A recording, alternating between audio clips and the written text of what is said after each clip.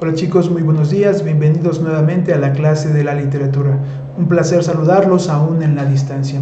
Esta es nuestra sesión número 2 y la pregunta que va a permitir enlazar todas las lecturas que haremos durante el video será justamente qué es literatura y qué no. Les propongo que leamos los 3 poemas que están en la presentación para que vayamos pensando qué les gustó, qué no les gustó, cuál es su poema favorito de estos 3 y qué les llamó la atención, qué sentimientos les generó, para que empecemos a dialogar. Deja tu opinión en los comentarios para que podamos enriquecer este debate de la literatura. El primero es de un autor mexicano que se llama José Emilio Pacheco y se titula De paso. El tiempo no pasó, aquí está, pasamos nosotros. Solo nosotros somos el pasado, aves de paso que pasaron, y ahora poco a poco se mueren. El segundo es el poema 16 de Roque Dalton. Las leyes son para que las cumplan los pobres. Las leyes son hechas por los ricos para poner un poco de orden a la explotación. Los pobres son los únicos cumplidores de leyes de la historia. Cuando los pobres hagan las leyes, ya no habrá rico. Y por último tenemos una de las rimas más famosas de Becker, y dice que es poesía. Dices mientras clavas en mi pupila tu pupila azul, que es poesía, y tú me lo preguntas, poesía eres tú. ¿Qué opinan? ¿Por qué piensan que estos textos forman parte, o estos poemas forman parte de la literatura? ¿Qué sensaciones, qué pensamientos, cuál les gustó mucho más? Es importante que dejen en los comentarios su opinión para que podamos ver las diferentes perspectivas de cómo están leyendo estos textos. Pues bien, entremos un poco a algunas pistas de lo que es literatura.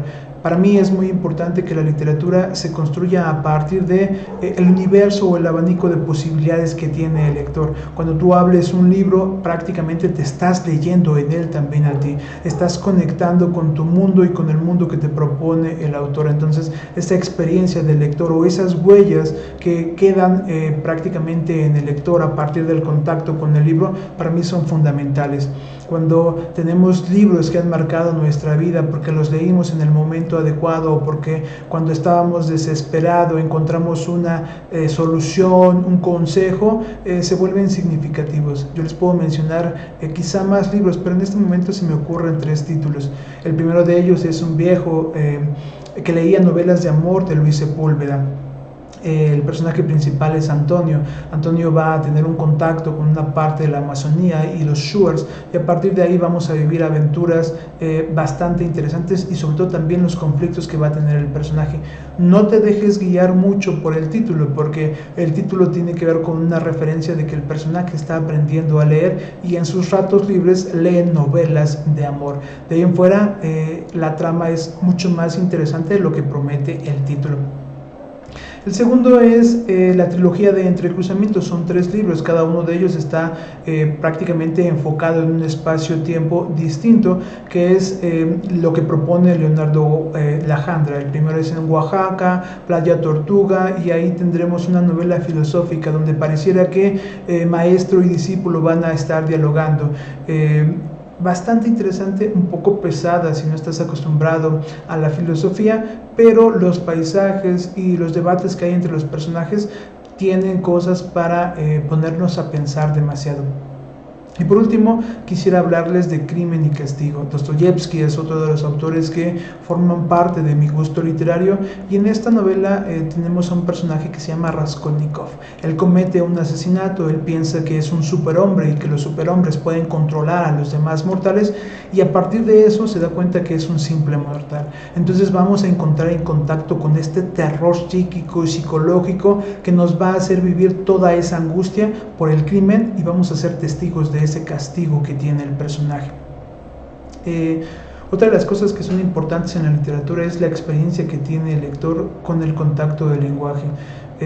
Particularmente le debo a una profesora de 6º año que me inculcó la escritura del diario, y constantemente regreso a eso porque encuentro un momento para vaciarme y también para conectarme con ese mundo de creación o con esa voz interior que habita en cada uno de nosotros y le podamos dar rienda suelta y despertar la imaginación. También cuando pensamos en literatura nos vienen a la mente autores clásicos y pareciera que esos autores clásicos son sumamente aburridos y pesados. Sin embargo, es imposible dejar de pensar en Miguel de Cervantes y su novela El Quijote. Es un mamotreto, es una obra bastante grande, pero tiene cosas interesantes. Yo recuerdo algunos pasajes que cuando la leí todavía habitan en mi mente. Por ejemplo, ahorita puedo mencionar dos. Cuando el Quijote sale en su segunda salida, pierde una batalla y por eso tiene que regresar a casa, y regresa cabizbajo, con una tristeza impresionante. No en balde uno de los motes por los que se conoce al Quijote es el caballero de la triste figura. Por supuesto que hay muchos más análisis que podemos hacer, pero también tengo otro de los pasajes muy divertidos donde el Quijote se pone a hacer algunos malabares. Alonso Quijano, que es el personaje principal, se pone a hacer unos malabares porque recuerda una referencia que él leyó en los libros de caballería. Hay un personaje mítico en los libros de caballería que es el Amadís de Gaula, y entonces se estilaba que los caballeros hicieron una suerte de piruetas para complacer a la amada. Entonces, que cuando ganaban una batalla le iban a informar a su amada que había, y le dedicaban esa batalla, ¿no? Entonces Alonso Quijano le dice a Sancho Panza, su escudero, que vaya a informarle de la victoria prácticamente a su amada, que es Dulcinea del Toboso. Dulcinea del Toboso es una construcción que ha idealizado el Quijote a partir de sus lecturas de los libros de caballería. Y entonces Sancho Panza dice: es que nada que ver lo que tú me estás contando de lo que yo puedo percibir o de la mujer que yo conozco. Y entonces ahí vamos a entrar también en un juego de refracción, de realidad y ficción, pero eso tiene que ver con la parodia también. Entonces va a haber muchos recursos interesantes en esa novela.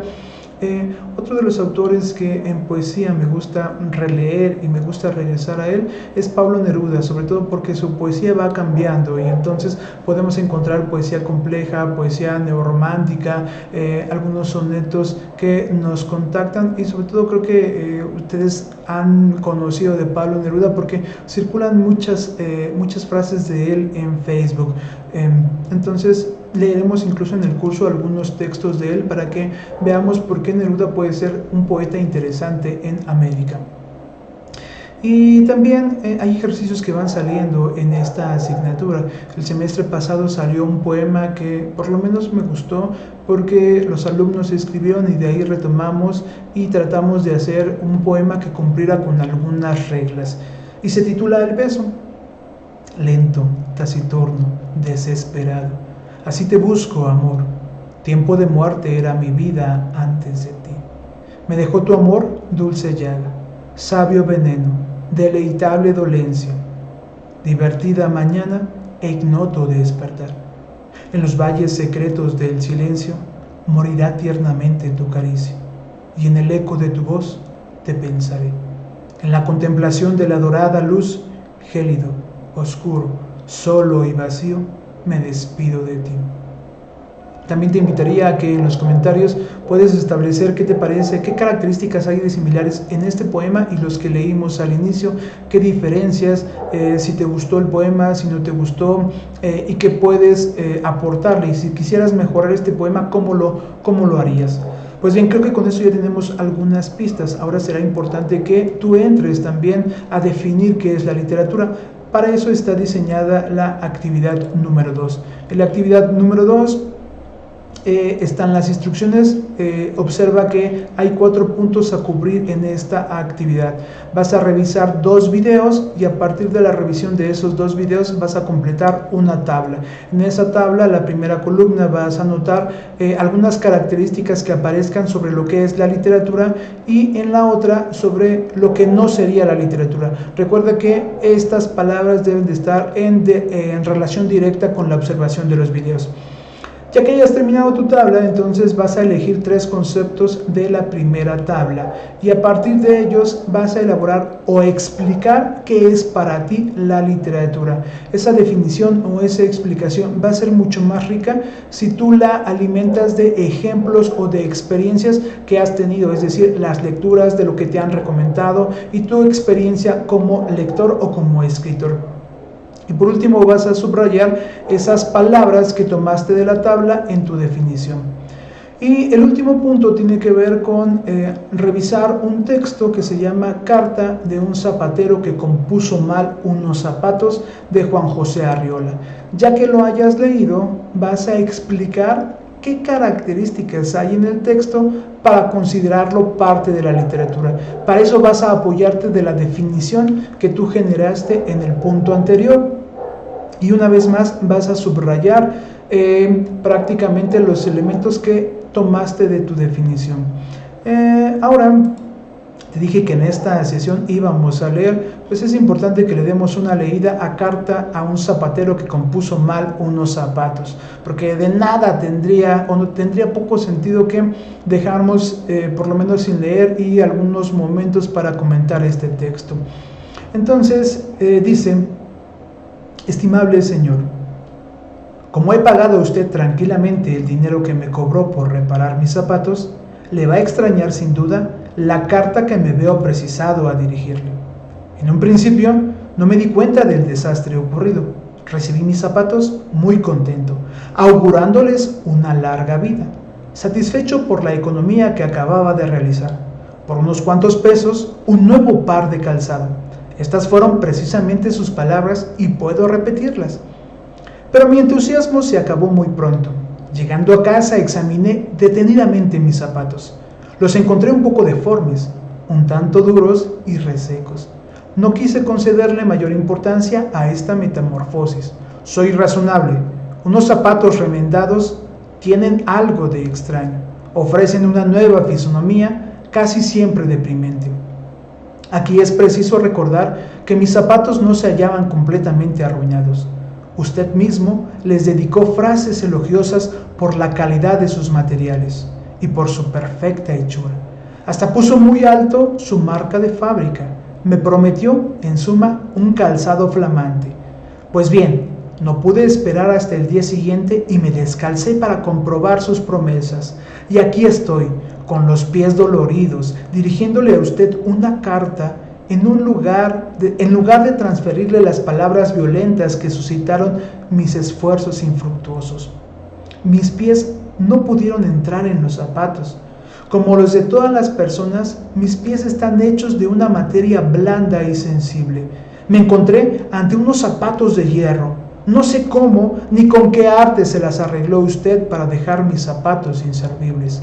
Allí están, en un rincón, guiñándome burlonamente con sus puntas torcidas. Cuando todos mis esfuerzos fallaron, me puse a considerar cuidadosamente el trabajo que usted había realizado. Debo advertir a usted que carezco de toda instrucción en materia de calzado. Lo único que sé es que hay zapatos que me han hecho sufrir y otros, en cambio, que recuerdo con ternura, así de suaves y flexibles eran. Los que le di a componer eran unos zapatos admirables que me habían servido fielmente durante muchos meses. Mis pies se hallaban en ellos como pez en el agua. Más que zapatos, parecían ser de mi propio cuerpo, una especie de envoltura protectora que daba a mi paso firmeza y seguridad. Su piel era en realidad una piel mía, saludable y resistente, solo que daba ya muestras de fatiga. La suela, sobre todo, unos amplios y profundos adelgazamientos me hicieron ver que los zapatos se iban haciendo extraños a mi persona, que se acababan. Cuando se los llevé a usted, iba ya a dejar ver los calcetines. También habría que decir algo acerca de los tacones. Piso defectuosamente y los tacones mostraban huellas demasiado claras de este antiguo vicio que no he podido corregir. Quise, con espíritu ambicioso, prolongar la vida de mis zapatos. Esta ambición no me parece censurable. Al contrario, es señal de modestia y entraña una cierta humildad. En vez de tirar mis zapatos, estuve dispuesto a usarlos durante una segunda época, menos brillante y lujosa que la primera. Además, esta costumbre que tenemos las personas modestas de renovar el calzado es, si no me equivoco, el modus vivendi de las personas como usted. Debo decir que el examen que practiqué a su trabajo de reparación he sacado muy feas conclusiones. Por ejemplo, la de que usted no ama su oficio.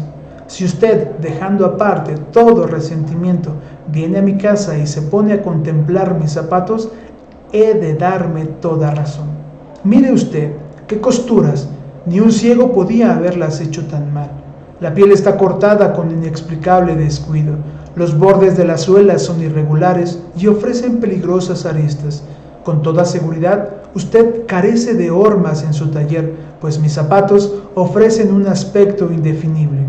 Recuerde usted, gastados y todo, conservaban ciertas líneas estéticas. ¿Y ahora? Pero introduzca usted su mano dentro de ellos, palpará usted una caverna siniestra. El pie tendrá que transformarse en reptil para entrar, y de pronto un tope, algo así como un quicio de cemento poco antes de llegar a la punta. ¿Es posible? Mis pies, señor zapatero, tienen forma de pies, son como los suyos, si es que acaso usted tiene extremidades humanas. Pero ya basta, le decía que usted no le tiene amor a su oficio, y es cierto. Es muy triste para usted y peligroso para sus clientes, que por cierto no tienen dinero para derrochar. A propósito, no hablo movido por el interés. Soy pobre, pero no soy mezquino. Esta carta no intenta abonarse la cantidad que yo le pagué por su obra de destrucción. Nada de eso.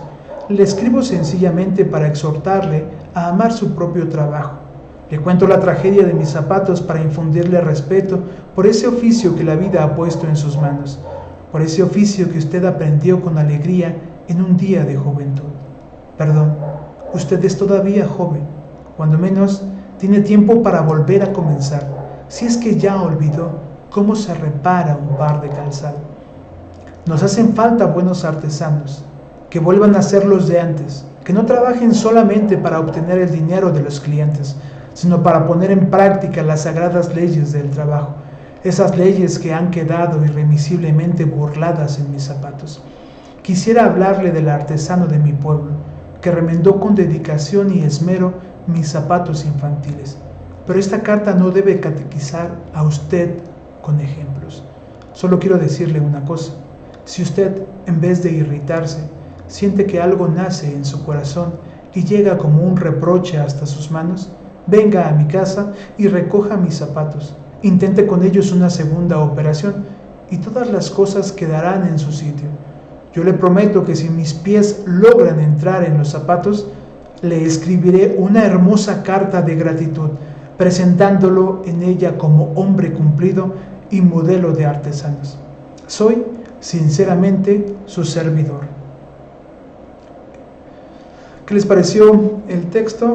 Creo que es importante que lo vuelvan a leer o releer para que puedan resolver la actividad número 2 en el punto número 4, es decir, a partir con la definición que elaboraron, porque este texto entraría como parte de la literatura. Pues bien, solamente me resta hacer un comentario y ese tiene que ver con la actividad para ganar participaciones. En la actividad para ganar participaciones, lo que van a hacer es dejar por escrito su opinión del cuento. Y dice: ¿qué opinas sobre el cuento de Juan José Arriola? Carta a un zapatero que compuso mal unos zapatos.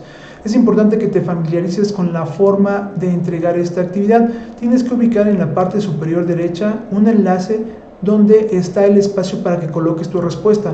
Desafortunadamente aquí no aparece, ya que como soy el administrador me aparecen datos para programar las entregas, pero a ti sí te aparecerá en esta parte un espacio para justamente responder, y también ya sea en medio o en ese mismo espacio habrá un enlace para consultar las respuestas de tus compañeros. También sería interesante que leyeras algunas de las opiniones de tus compañeros e incluso las comentaras, pero recuerda, siempre con respeto y tolerancia ante la opinión y la perspectiva de tu compañero, para que empecemos a dialogar sobre el texto, porque eso es la literatura, cómo el lector está concibiendo el texto literario.